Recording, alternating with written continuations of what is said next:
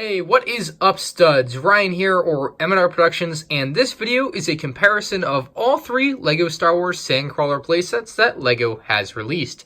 LEGO released the first one of these in 2005, that being the one in the middle. The one on the left was released after that in 2014, and the newest version came out in 2018. We'll zoom in so you can see it. We're going to be comparing these in depth, and there are 5 categories by which these sets will be scored: minifigures, playability, design, value, and M&R opinion. At the end, the number total will be tallied up, and we will have a winner for which Sandcrawler is the best. So if you enjoy these LEGO Star Wars comparisons and want to see more, make sure you leave a like on this video. And if you have an idea for a future LEGO Star Wars comparison, make sure you leave it down in the comments section below. If you want to check out my other and old LEGO Star Wars comparison videos, you can check out the playlist linked below or at the end of the video on the cards. I'm not going to go over the general information like price and piece count and minifigures for all these sets right now, because I will be going through that as we go through the video. So let's get started with the minifigure category. Which set has better figures? Here's a hint.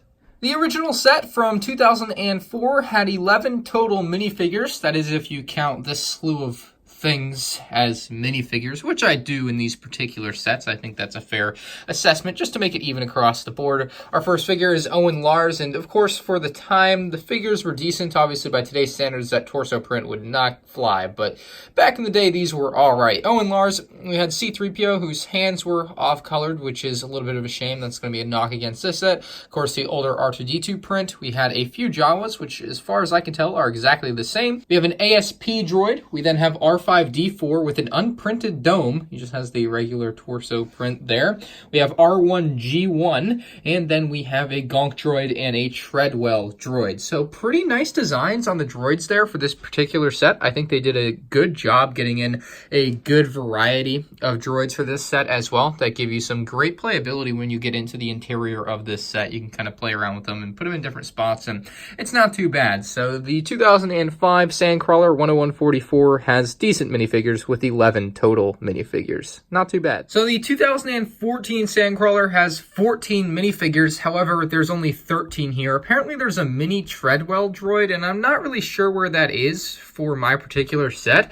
I think it might be inside the set somewhere. So if we come across it at some point, I'll point it out to you guys, but I don't see it obviously here. So that is our minifigures. We have Owen Lars, again, much nicer than the original version. Very nice upgrade over what we had back in 2005. So you can see 9 years did a lot to Owen Lars. Same with Luke Skywalker here, although we didn't get a Luke in the original version, but he looks very good. C-3PO and R2-D2, also major upgrades. Not so major upgrades are the Jawas, although there are 2 different versions in this set. You can see the difference in the torso prints there. They're kind of alternating.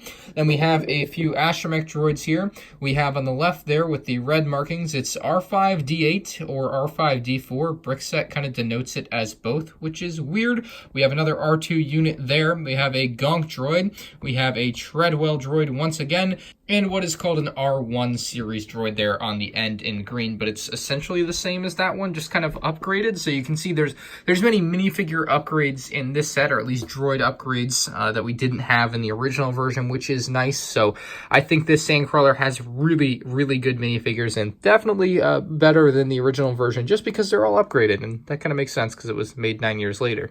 The newest Sandcrawler from 2018 included just 6 minifigures there. Of course, Luke Skywalker, not much changed, if changed at all, from the version we just took a look at. We, of course, have an RA7 Protocol droid. Bet you didn't know that name, which is weird.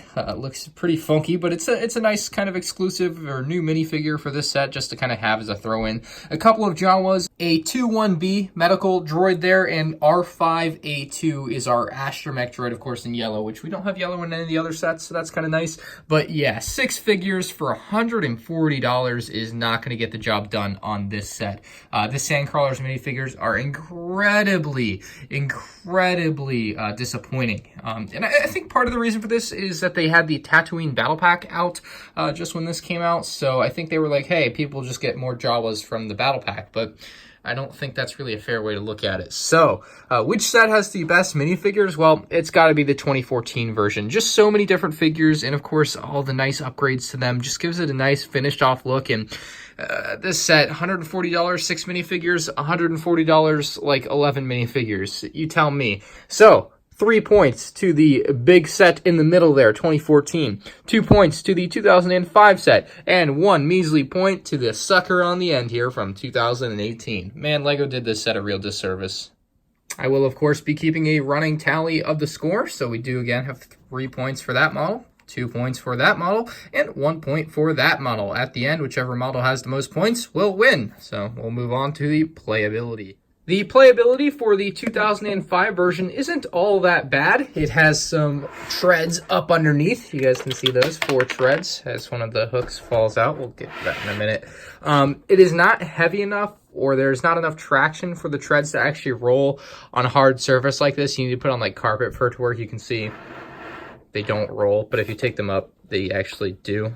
So again, it just depends on the surface you're moving on. So you also have these, which will turn the direction. Use this in the back, and pretty straightforward to do that. So again, just show you from straight on here.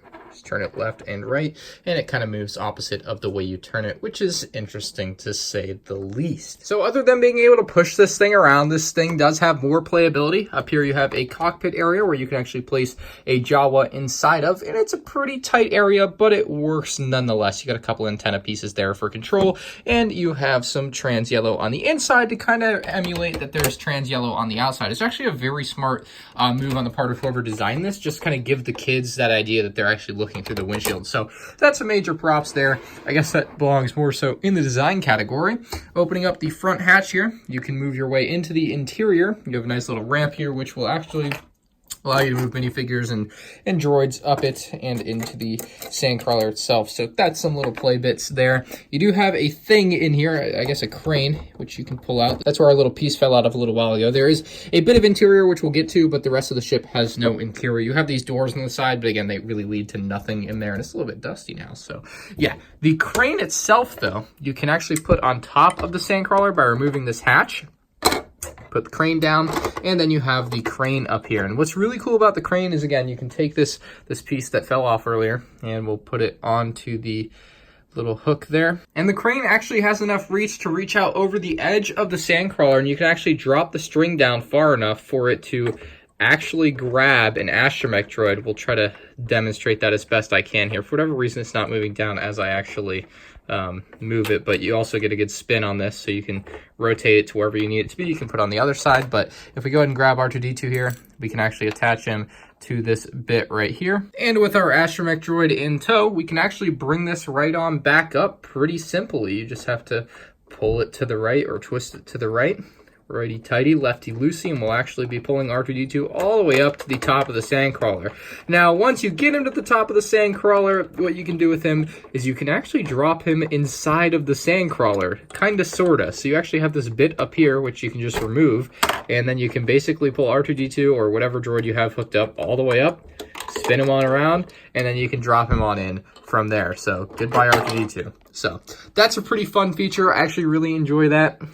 Very nicely implemented as well, that you can actually move the crane in and out of the ship or vehicle. Now, the interior is actually hard to access, so you could access it through this hatch on the top, but LEGO thought of this, and they actually make this whole thing removable. So you can actually pull out this entire section. It's on one giant plate or base plate or brick there. I guess brick would be the correct term. And there's your full interior, complete with tools and control panels and different little stickers in there, which is a lot of fun. So that is a pretty spacious interior on a giant Lego brick that you can access from either door or from the top, or you can just pull the whole dang thing out. It's really up to you, and I obviously prefer pulling the whole dang thing out. Again, there's nothing else really on the interior, so you really just have this as your interior, and you can put it back in pretty simply, and it just kind of attaches to some studs there. And that is all the playability on the 2005 Sandcrawler. The 2014 version has a lot of playability. I guess we'll start with the ramp in the front. It does open. You actually use this up here to open it. You just spin it, and down comes the ramp. It uses these chains to connect to,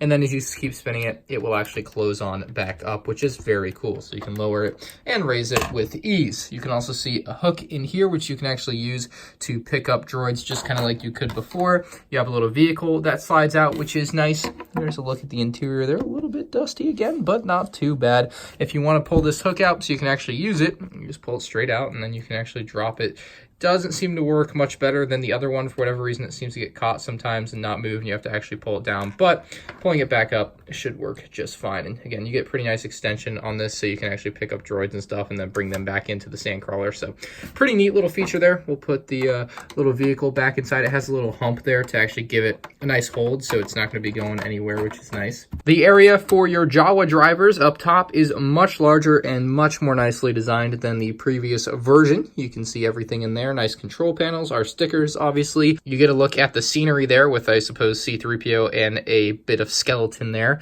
which is a really nice little touch. So not too bad on the interior up top. You have a little bit of empty space around the edges and the front here, but no complaints about that. That doesn't really affect the playability per se. The wheels on this thing are monsters. Of course, they use the tread design again, just like the older sets or older set and the newer set. And this one is actually heavy enough to make it roll, which is kind of nice on some harder surfaces, so you won't have any trouble with that. And just like the other one, if you want to move it while you're moving, if you want to turn it while you're moving, you just kind of spin that, and that will work just fine. So not too bad with the treads on this particular Sandcrawler. Now, if you want to get to the interior, you have this giant panel on top. The whole thing comes off just like that.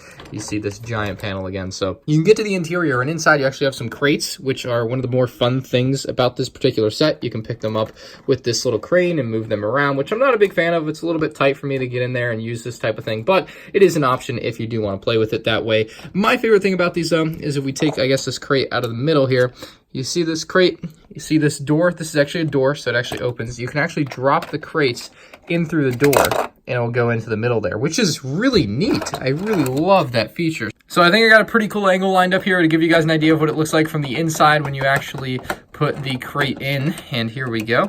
Push that in, and it drops down into the middle there. So very nicely designed by LEGO. Really love that bit of feature there. And back here, you actually have a little bit more for the interior. Another panel pops off there, and you have some bits back there where you can kind of play around, but nothing too crazy. I guess you can hold some droids or something there. It's just a nice little additional play feature in the back end, but nothing I would personally use. There's a couple more play features. You have a ladder down here, which you can raise and lower to kind of pretend like the Jawas are moving up and into the Sandcrawler. And then there's one other thing. This is on both sides. You can actually lift up these, and inside you have some storage for whatever you want. So you can see there's one there and one there. But the cool thing about this is they actually put it on these slanted slope pieces or whatever, and it actually allows you to put it in there. It'll kind of stay, and then when you want to take it out, it actually comes out pretty nicely. If you notice, those pieces are actually cracking. So LEGO, what the heck, dude? My pieces are cracking. That's unfortunate. I guess if you want to consider it playability, all these flaps kind of open up and you can get to the interior even a little bit easier. So there's a ladder again on the outside there, but you get a lot of playability with this set, and I think there's no reason to complain about anything with this one. For 300 bucks, they do a good job of giving you that value you need with the playability, so not too bad. This is the newest Sandcrawler, and it actually packs quite a punch as far as playability is concerned. You wouldn't think so, but it is a nice little package that actually does have quite a bit. You have the treads on the bottom, just like the other models, except this one uses rubber wheels, which is a very nice advancement. It gives it a little bit more traction, and it allows it to move with ease on surfaces that would probably otherwise give it some trouble, but again, like this, works just fine. So pretty happy with the way the treads work out on this set. Of course, you have a lot of flaps that you can open up on this set, just like you can on the 2014 version. You can also pull off this top bit here. Again, just so many things you can pull off of this set, I guess would be the main takeaway here to allow you to kind of play with the interior. You do have the pilot's nest or whatever up here. Again, just unfortunately, kind of like you missed that nod that they had in the early version with the yellow bits on the front there that they just didn't bother to put in one like this. A little coffee cup for your Jawas, but nothing crazy up there, just a nice little control panel and whatnot. But that's the little cockpit area. The interior is actually very accessible, which is nice. You have a little area where you can actually put your Jawa to have them control this little crane here, which you can flip out and actually, again, pick up Astromech Droids or whatever it may be that you kind of want to pick up with this thing. It's a little bit of a funky looking crane, and it's a little hard to get to use because it does have a lot of points of articulation, but if you play around with it long enough, you'll figure it out. You have a nice little stand here in the middle where you can put some minifigures. That is a vehicle that can come out the front, which we'll take a look at in just a second, and here's what it looks like on the other side. Pretty bland, actually, on this side, which is unfortunate, but that's the way they designed it, so that's what you got to deal with. If we pick this up like so, we'll actually take a look at the front here. This, you just pull down, you get your ramp, and then you can pull out your extra little Jawa vehicle here, which has a nice little design. Pretty small, pretty simple, but it works well enough. You have headlights on the front, little grille to kind of simulate an engine. And then basically a little front piece for your Jawa to basically hold on for dear life as it carries this precious cargo here. So not too bad with the extra little vehicle included. It's nice, but nothing too crazy on this set, I would say, as far as playability is concerned. My counter argument to being able to pull off all these panels, though, as nice as it is, I really do like being able to pull off all the panels, and it gives you great access to the interior. But the problem I have with that, as far as like in the realm of playability, is that it really hurts you when you want to pick this thing up. Most people would see a set like this, and if you're going to go in and pick this up, you're going to grab it right here. That's about dead center. It looks like it'd be like the strongest point on the set. That is wrong. You will pull off all the panels and they'll just kind of crumble in your hands, which is unfortunate because that's where you would want to pick it up. The only place, unless you pick it up from underneath with like two hands, you can pick it up with one hand right here. This is the sturdiest part to actually pick up with one hand.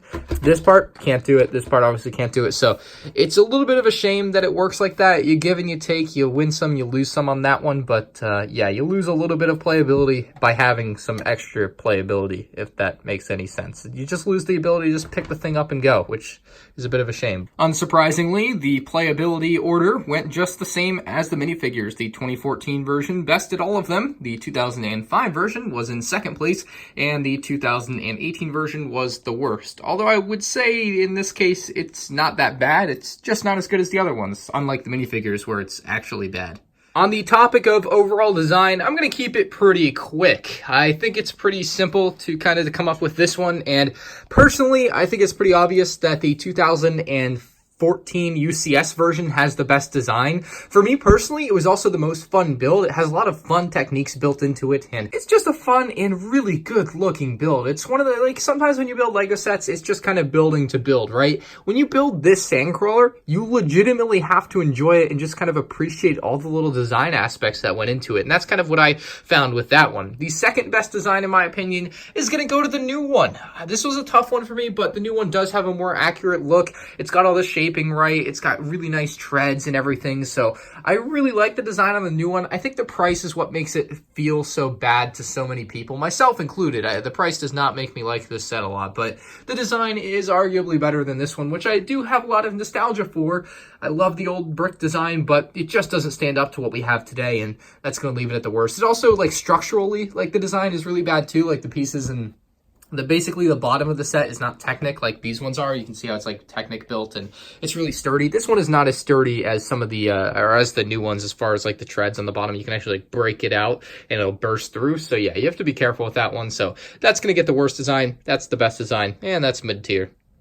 Our next category is value, and that puts us in a bit of a pinch here. We obviously have to account for inflation. So, starting on the right here from 2018, that version was $140, and since it's still close enough to 2018, we're just going to call it $140.